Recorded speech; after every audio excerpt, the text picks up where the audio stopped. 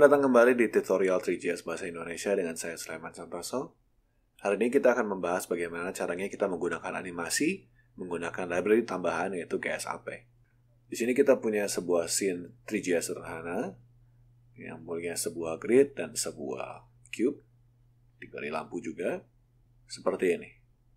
Saya punya sebuah cube di tengah-tengah dengan sebuah grid. Nah, kalau kemarin-kemarin kita ingin melakukan animasi, kita mengubah posisi atau rotasi atau scale daripada mesh di dalam draw. Jadi kita melakukan misalkan dari sini kita berikan cube mesh .position .x plus sama dengan 0,01. Kita akan tambahkan, berarti dia akan bergeser 0,01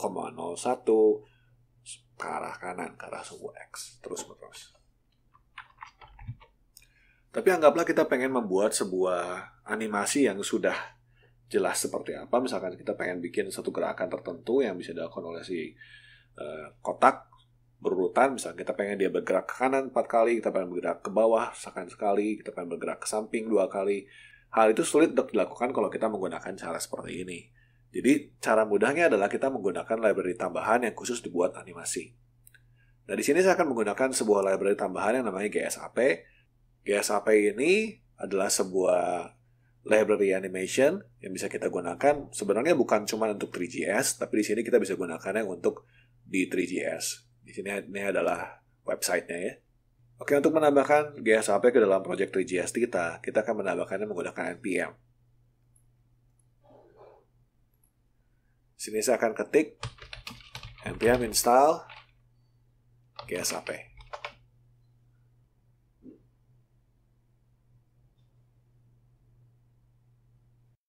Setelah terinstall, kita akan kembali ke indeks HTML kita akan tambahkan. Oke, kita akan tambahkan script, source, node modules, GSAP, distribution, GSAP.js. Kalau Anda ingin production, Anda bisa gunakan GSAP.min supaya ukuran filenya lebih sedikit dan lebih mudah untuk di-load. Oke, di dalam GSAP sendiri ada beberapa metode yang kita bisa gunakan untuk melakukan animasi. Di sini yang pertama kita akan gunakan namanya GSAP2. GSAP2. Nah, di sini yang paling minimum yang dia butuhkan adalah properti apa yang hendak dianimasikan dan ke arah mana dia mau dianimasikan. Jadi di sini misalkan kita gunakan cube mesh .position. Itu adalah properti yang hendak kita animasikan. Kemudian di sini parameter keduanya kita tambahkan parameter animasinya. Cube mesh position kita punya X, Y, dan Z. Saya pengen mengubah posisi X-nya, misalkan di sini, dari posisi awal yang ada saat ini menjadi misalkan ke 5. Maka saya bikin X sama dengan 5 seperti ini. Nah, kalau kita jalankan, dia akan bergerak sebanyak 5. Nah, di sini juga kita bisa tambahkan beberapa parameter-parameter lain yang dimiliki oleh GSAP. Ini kita bisa lihat parameter-parameternya di dalam dokumentasinya. Jadi kalau kita lihat di sini dokumentasinya untuk GSAP2. GSAP2 sini juga ada contohnya ya. Kita punya beberapa properti yang bisa kita gunakan. Salah satunya adalah duration. Jadi durationnya secara default adalah 0,5 detik, tapi kita juga bisa ubah durationnya sesuai dengan apa yang kita inginkan. Misalkan di sini saya pasang durationnya adalah misalkan 5. Berarti dalam 5 detik dia akan bergerak 5. Kita bisa lihat animasinya menjadi lebih lambat. Kita juga bisa ubah dia bukan cuma satu variabel, tapi juga bisa ke arah atas juga, misalkan ke Y-nya, ya. Atau bisa juga ke arah Z-nya. Seperti itu.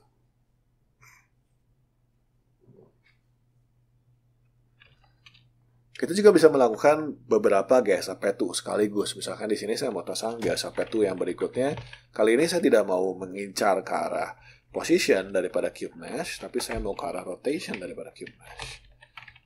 Nah, jadi sekaligus kita melakukan translasi dan juga sekaligus kita melakukan rotasi, gitu ya.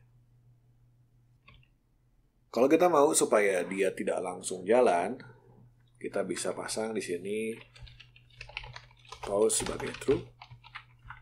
Dan di sini juga kita bisa pasang pause sebagai true. Lalu kita berikan dia sebuah variabel. Kita let twin 1 sama dengan GSAP2, let twin 2 sama dengan GSAP2. Kita bisa ketik twin 1 titik play. Kita bisa lihat yang jalan di sini hanya gerakannya saja, bukan rotasinya.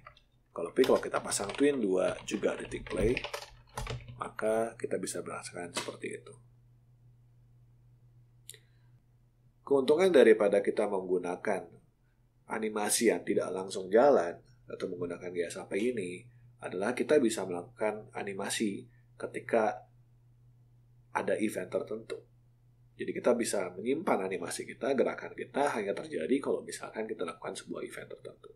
Nanti kita akan tunjukkan lebih lanjut lagi.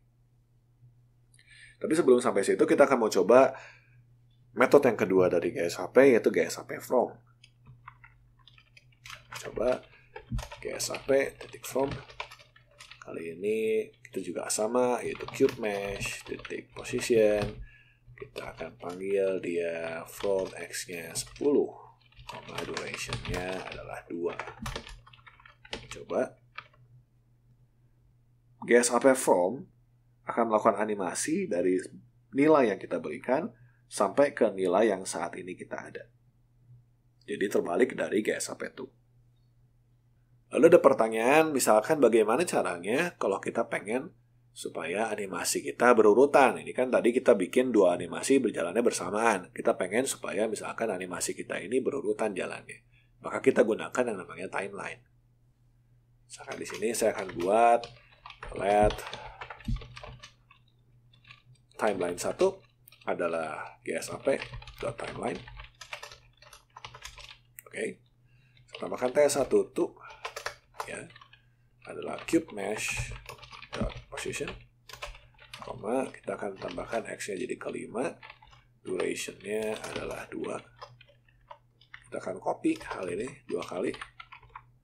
Jadi kita akan mau tambahkan dia position-nya sekarang ke5, lalu ke z5, lalu ke y5. Begitu ya. Kita akan lakukan GSAP timeline, dan kita lakukan timeline-nya, kita tambahkan 3 buah animasi. Kita akan lihat hasilnya seperti apa. Dia akan bergerak, lalu bergerak lagi. Nah, dengan begini Anda bisa buat sebuah animasi yang berantai. Saya akan percepat sedikit durasinya begitu ya. Saya akan tambahkan juga T1 titik 2. Di sini kita akan coba cube mesh scale ya. Kita akan kasih supaya scale-nya itu adalah 2 di Y dan 2 di X. Kita nggak pakai durasi supaya cepat deh. Ya. Jadi di sini timeline ini berfungsi untuk melakukan atau menyimpan sekumpulan animasi yang kita mau jalankan secara berurutan. Begitu. Kita juga bisa memberikan pause true supaya kita mencegah si timeline kita ini untuk jalan langsung. Seperti itu. Misalkan kita ingin supaya kalau misalkan saya klik sebuah titik dimanapun di dalam scene saya, maka si timeline-nya baru jalan begitu. Maka kita akan buat di sini sebuah add event listener, yaitu mouse down. Ya. Kita akan bikin function adalah sebuah function seperti itu. Oke. Kita ingin menjalankan T1, maka kita bikin T1 titik play. Di sini tidak ada apa-apa, saya akan klik. Baru animasinya berjalan.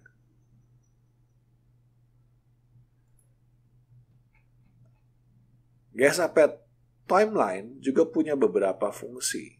Di sini kalau kita lihat GSAP timeline, kita bisa lakukan pause, kita bisa melakukan resume, kita bisa lakukan seek, jadi bisa pindah ke detik tertentu, atau kita bisa melakukan juga reverse. Jadi Anda bisa lihat di sini banyak properti-properti yang bisa kita gunakan, tapi untuk tutorial kali ini kita akan menggunakan hanya beberapa, yaitu di sini kita akan menggunakan reverse dan restart. Kita coba. Kita akan buat sebuah variabel, anggaplah ganjil sama dengan false. Lalu kita cek apabila ganjil false, begitu ya, maka kita akan bikin ganjil sama dengan tidak ganjil. Sini saya akan lakukan kalau ganjilnya false kita akan play. Kalau tidak dia akan lakukan restart. Di sini kita akan coba. Kita klik. Kita klik kedua, dia akan berulang dari awal lagi.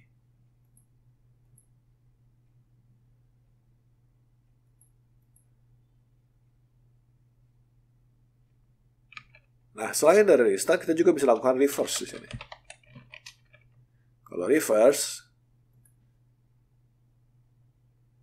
dia akan melakukan animasi yang sebaliknya. Jadi kalau misalkan Anda ingin membuat sebuah menu 3 dimensi, Anda bisa lakukan seperti ini.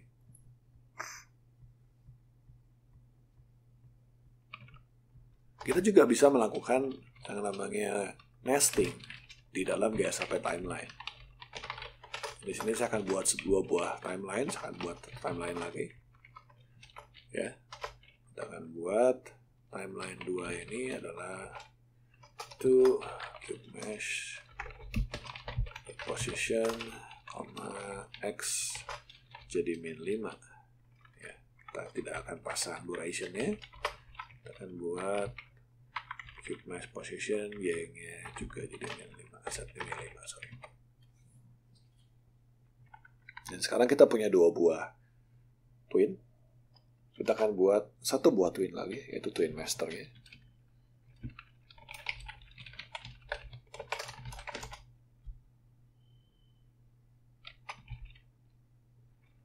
Kita bisa tambahkan T1, kita bisa tambahkan T2. Sehingga di sini kita ganti jadi T, jadi T.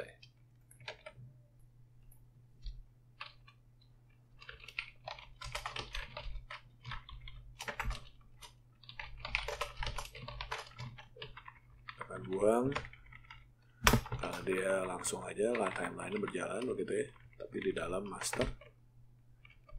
Kita akan coba.